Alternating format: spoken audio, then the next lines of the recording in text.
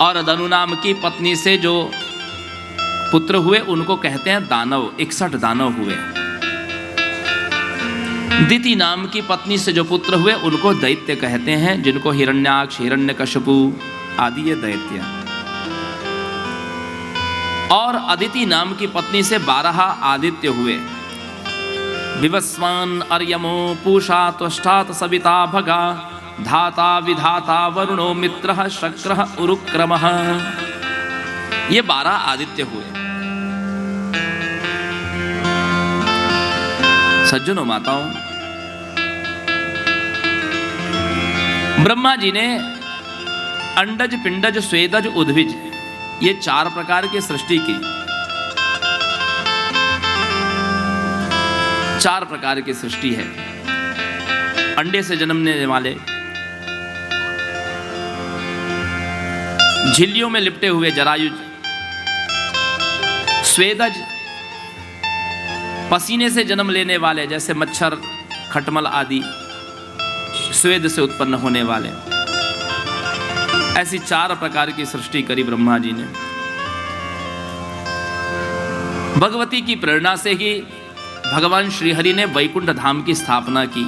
लक्ष्मी जी के साथ में सुखपूर्वक रहने लगे। शिव जी ने कैलाश की स्थापना की, मां गौरी के साथ में रहने लगे। ब्रह्मा जी ने ब्रह्मलोक की, सत्यलोक की स्थापना की, महासरस्वती के साथ सुखपूर्वक रहने लगे। भगवान विष्णु एक बार अपने वैकुंठ में विराजमान थे। उनके मन में विचार आया कि इस संसार के कल्याण के लिए मैं क्या करूं।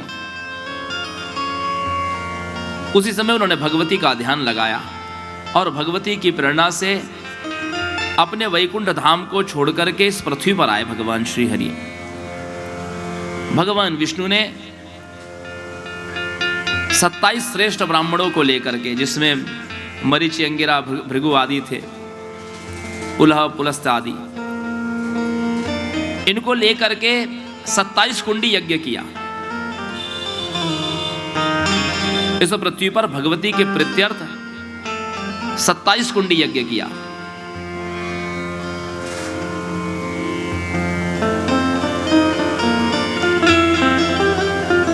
भगवती के निमित्त सबसे पहला यज्ञ हुआ इस धराधाम पर। इसके पहले कभी कोई यज्ञ नहीं हुआ था, सबसे पहला यज्ञ।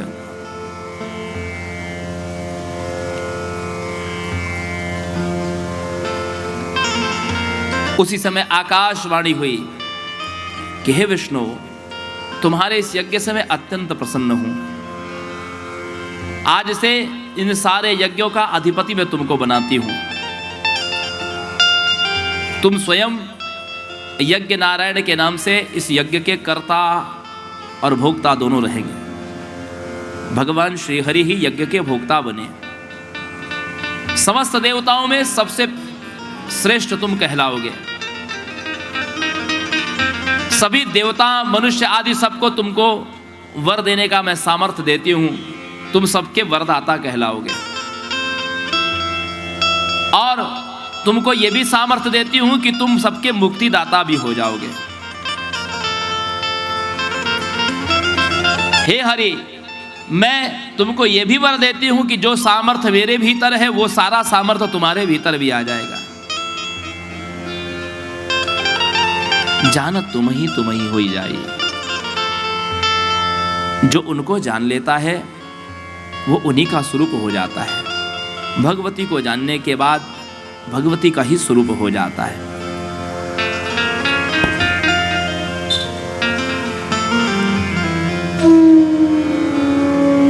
नाहम बसामी कैलासे, मां कहती है सप्तम स्कंद में, नाहम बसामी कैलासे वैकुंठे वा न करहिचित् वसामि किम तुम अज्ञानिम हृदयाम्बोज मध्य में।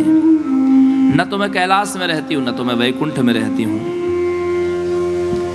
न तो मेरा कैलाश में वास है, न तो वैकुंठ में मेरा वास है। वसामि किम तुम अज्ञानिम हृदयाम्बोज मध्य में। मैं तो अपने ज्ञानी भक्त के हृदय में रहती हूं।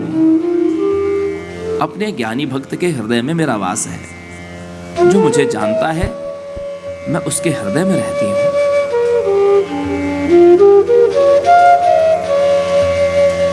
सकन मदकोटि पूजा फलविदम सकन ज्ञानिनोर्चनम विधि। मेरी 1 करोड़ पूजा से बढ़कर के मेरे ज्ञानी भक्त की एक पूजा है। इसीलिए भगवान विष्णु संसार में सबसे अग्रणी पूज्यमान हुए, जिन्होंने इस धराधाम पर सबसे पहले भगवती का अम्बा यज्ञ किया। इसलिए भगवान विष्णु सबको मुक्ति देने वाले, सारे यज्ञ के भोक्ता, सारे समस्त देवताओं में सबसे अग्रणी श्री हरि किसकी कृपा से हुए? तव कृपास्ताय एव सदैव ते विरचयन्ति जगत सचराचरम। ये माँ की कृपा का ही, अनुग्रह का ही फल है कि सामर्थ्यवान होती हुई भी अपने से अधिक बना देती है।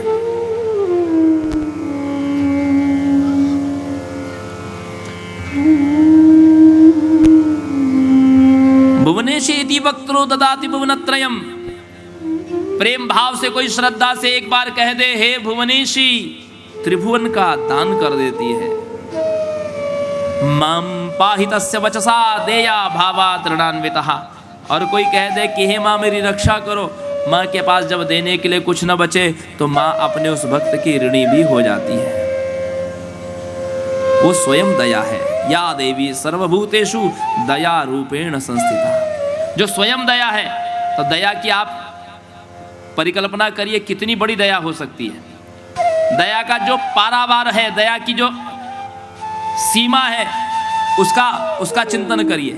अरे ये तो स्वयं दया है। या देवी सर्वभूतेषु दया रूपेण संस्थिता।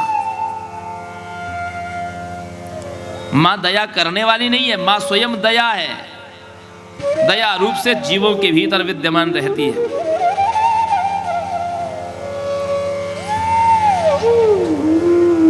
श्री हरि भगवान शिव आपको करुणा करके अपने जैसा बना सकते हैं, लेकिन मां अपने से भी श्रेष्ठ बना देती है। भगवान श्री हरि को अपने से भी श्रेष्ठ बना दिया। जाओ तुम सारे संसार के वरदाता हो जाओ, मुक्ति देने वाले हो जाओ।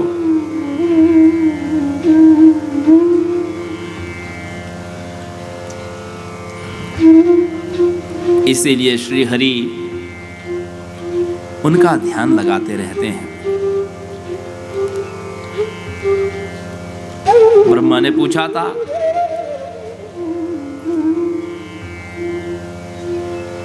देव देव जगन्नाथ भूत भव्य भवत्रभो तपश्चरसि कस्मात्तम किम ध्यायसि जनार्दना।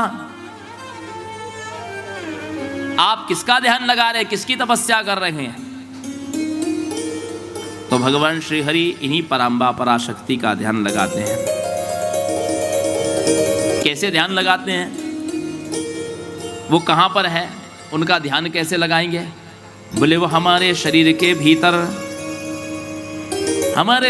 भीतर 10,72,000 नाड़ियां हैं।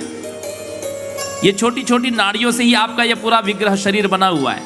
छोटी छोटी नाड़ियों से, इतनी पतली पतली नाड़ियां हैं कि जिससे पूरी पृथ्वी को 3 बार लपेट सकते हैं। इतनी सूक्ष्म सूक्ष्म नाड़ियां हैं आपके शरीर में। उसको डॉक्टर लोग टिश्यूज कहते हैं। पूरी पृथ्वी को 3 बार लपेटा जा सकता है, इतनी सूक्ष्म नाड़ियां आपके शरीर में। उनमें 10 प्रधान नाड़ी है। इड़ा, पिंगला, सुषुम्ना, अलम्बुसा, कुहू।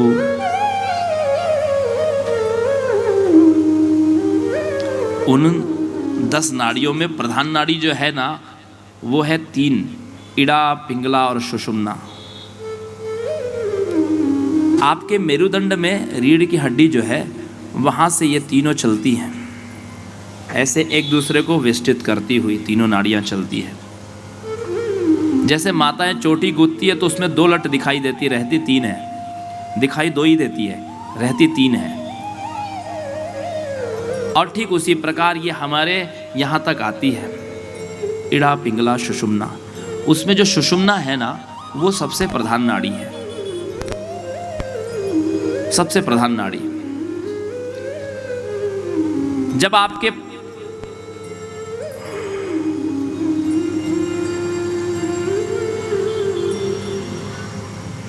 ये जो आपकी बाईं नाड़ी है ना, इसको ईड़ा कहते हैं। ये जो आपकी दाहिनी नाड़ी है, इसको पिंगला कहते हैं। ये आपका चंद्र स्वर हो गया, ये आपका सूर्य स्वर हो गया। जिस समय आपका चंद्र स्वर चालू हो ना, उस समय कोई भी पेय पदार्थ, चाय, कॉफी, दूध, पानी आदि पीजिए। जिस समय आपका सूर्य नाड़ी चल रही हो, उस समय आप कोई भी भोजन, नाश्ता आदि करिए, खाद्य पदार्थ खाइए, आपको पचेगा। लेकिन जिस समय आपका बायां स्वर चल रहा हो, कभी ऐसा करके देखिएगा, इसको दबा के देखिएगा, इससे श्वास निकल रही हो तो कथा में तो मेरे दोनों चलते हैं। जिस समय आपका बायां स्वर चल रहा होगा, उस समय आपका मन बहुत चंचल होगा, मन बहुत चंचल होगा, एक जगह बैठने की इच्छा नहीं होगी। और जिस समय आपका दाहिना स्वर चल रहा होगा, उस समय आपको भूख लगेगी, नींद आएगी। और जिस समय दोनों चल रहे होंगे, उस समय आपका मन शांत होगा।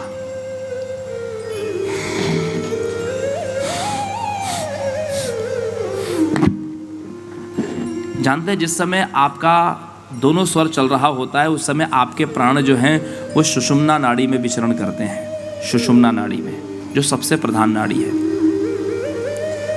और उस सुषुम्ना नाड़ी के भीतर, ये आपकी रीढ़ की हड्डी के भीतर चल रही है, ये जो मेरुदंड है आपका, उसके भीतर चल रही है। उस सुषुम्ना नाड़ी के भीतर एक और सूक्ष्म नाड़ी है, जो डॉक्टर को सीटी स्कैन से, एमआरआई से नहीं दिख सकती।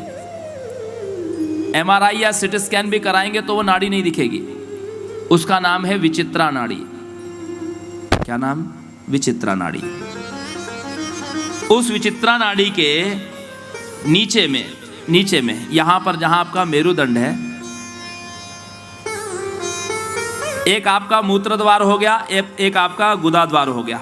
वो दोनों के बीच का जो हिस्सा है, उसको सीवन कहते हैं।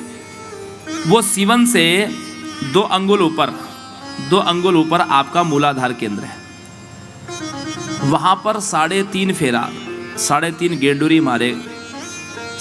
गेंडुरी मारे हुए वो शक्ति है, विचित्रा नाड़ी के भीतर है।